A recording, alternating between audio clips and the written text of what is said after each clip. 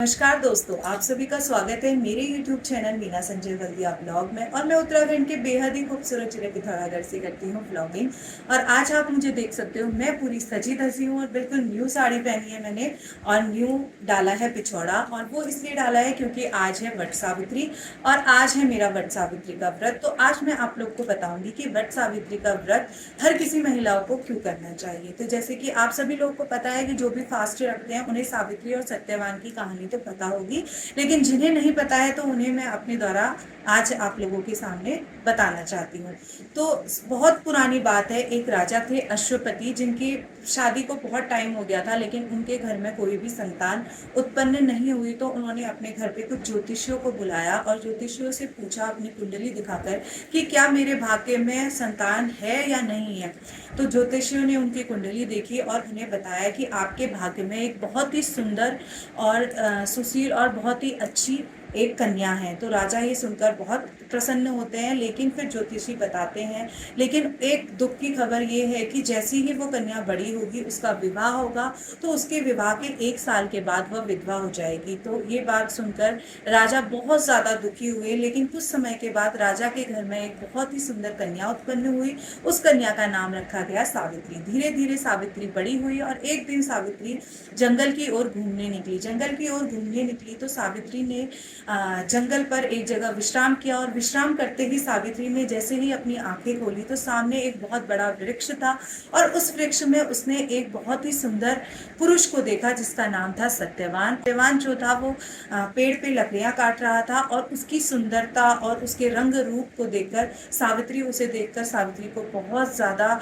अच्छा प्रतीत हुआ। और सावित्री ने तभी ही ठान लिया था कि अगर मैं शादी करूंगी तो इसी पुरुष से करूंगी। तो जैसे ही सत्यवान लकड़ी काटकर पेड़ से नीचे उतरता है तो सावित्री उसके सामने अपनी शादी का प्रस्ताव रखती है, लेकिन सत्यवान ये सुनकर बोलता है कि नहीं, तुम मेरे साथ शादी करके कभी भी खुशी नहीं रह सकती हो, क्योंकि मैं एक बहुत ही निर्धन परिवार से हूँ और मेरे घर में मेरे बूढ़े माँ बाप हैं जो अंधे हैं, और मैं इन्हीं लकड़ियों को बेचकर अपना और अपने माँ बाप का पालन पोषण करता हूँ। तुम मेरे साथ शादी कर कर कभी भी खुशी नहीं रहोगी। लेकिन सावित्री मानने वालों में से कहाँ थी, लेकिन सावित्री जो थी वो अपनी हट पर अड़ी हुई थी कि मुझे शादी करनी है तो सिर्फ तुमसे करनी है। तो सत्यवान के बहुत समझाने के बाद भी सावित्री नहीं मानी।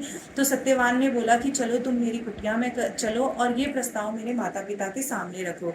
जब सावित्री सत्यवान के माता पिता के पास गई तो माता पिता ने भी ये बोला कि बेटा, तुम हमारे साथ कभी भी खुश नहीं रहोगी। लेकिन सावित्री ने उन्हें जैसे तैसे करके मना लिया और शादी के लिए सत्यवान ने हाँ कर दी। और ये सब सुनकर सावित्री पहुंची अपने घर, और घर में जाकर उन्होंने अपने पिता अश्वपति को ये सारी बातें बताई। तो अश्वपति पिता ने ये सारी बातें नारद मुनि के सामने रखी। तो नारद मुनि ने उन्हें बताया कि वो सत्यवान जो है वो बहुत ही कम उम्र का बालक है, तुम उससे शादी नहीं करो और वरना उसकी अल्प आयु में ही मृत्यु हो जाएगी। लेकिन सावित्री ने बोला, अब तो मैंने सत्यवान को जवान दे दी है और मैं शादी करूंगी तो सत्यवान से ही करूंगी। और फिर नारद मुनि ने उन्हें आशीर्वाद दिया कि तुम खुश रहो, तथास्तु। और नारद मुनि वहां से चले गए, और फिर सत्यवान और सावित्री की शादी हो गई। सत्यवान और सावित्री की शादी हुई तो उनका खुशहाल परिवार चल रहा था। लेकिन जैसे जैसे शादी के महीने बीतते गए, ऐसे ही एक हफ्ता बचा हुआ था सावित्री के 1 साल कंप्लीट होने में। तो सावित्री को मन में एक वहम उत्पन्न हुआ कि अब तो सत्यवान की मृत्यु का समय निश्चित आ रहा है। तो सावित्री ने ये निश्चय लिया कि मुझे भगवान शिव की आराधना करनी चाहिए, क्योंकि वो विधाता का विधान भी बदल सकते हैं। तो एक हफ्ते सावित्री ने भगवान भोलेनाथ की जो आराधना थी पूरे तप और मन सच्चे मन से करी। तो भोलेनाथ सावित्री की तपस्या और पूजा से प्रसन्न होकर बोलते हैं कि मनवांछित वर मांगो। तो सावित्री कहती है, भोलेनाथ, मेरे पति के पास सिर्फ 2 ही दिन है, मुझे उनके जीवित रहने का कुछ उपाय बताइए और मुझे यही वर चाहिए। तो भोलेनाथ बोलते हैं कि कल ज्येष्ठ की अमावस्या को तुम वृक्ष वृक्ष की पूजा पूरे तन और मन धन के साथ करना, तुम्हारी मनोकामना पूरी होगी। और पूरे तन और मन धन के साथ सावित्री जो है वट सावित्री की पूजा करती है।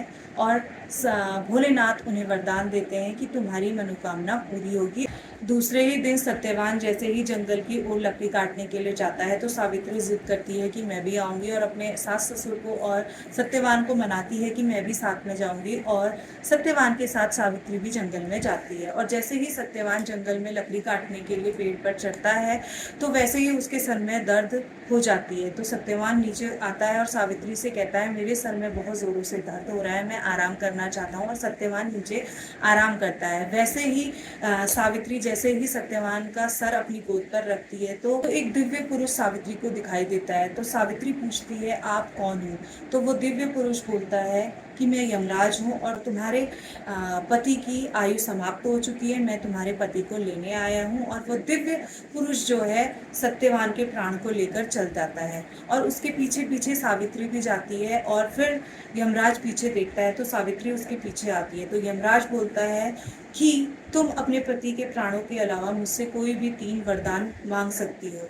तो सावित्री बोलती है मेरे जो अंधे सास ससुर है उनकी आंखों की रोशनी आ जाए और जो उनका दूसरा, वो बोलती है कि उनका जो राजपाट था वो उन्हें वापस मिल जाए। और तीसरा वरदान सावित्री मांगती है कि मैं पुत्रवधी बन जाऊं।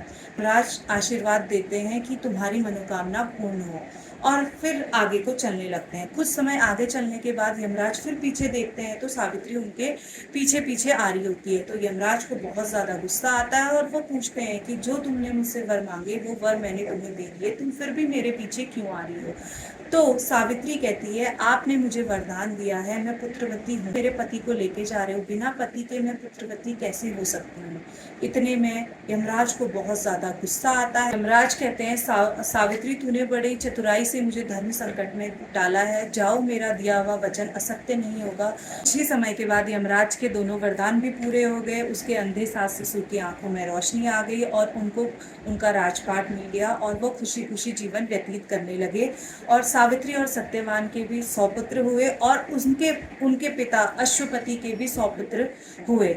और ये सब कुछ संभव हो पाया क्योंकि सावित्री ने वट सावित्री का व्रत किया था और सबसे पहले वट सावित्री का व्रत सावित्री ने ही किया था, इसीलिए सावित्री की सारी मनोकामना पूर्ण हुई। और इसीलिए माना जाता है कि वट सावित्री का व्रत करने से हमारा जो सुहाग है वो अटल बना रहे। और हम भगवान भोलेनाथ से यही दुआ करते हैं कि जैसे आपने सावित्री के सुहाग को अटल रखा, ऐसे ही हमारे सुहाग को भी अटल रखना। आप सभी लोगों को वट सावित्री की ढेर सारी शुभकामनाएं। अगर आपको ये वीडियो पसंद आए तो प्लीज़ वीडियो को लाइक, कमेंट और जो भी चैनल पे न्यू है चैनल को कर देना सब्सक्राइब। कल मिलते हैं आपको फिर एक न्यू वीडियो के साथ। और जो भी फेसबुक से मेरी वीडियो को देख रहा है तो प्लीज़ मेरे पेज को कर देना फॉलो। धन्यवाद।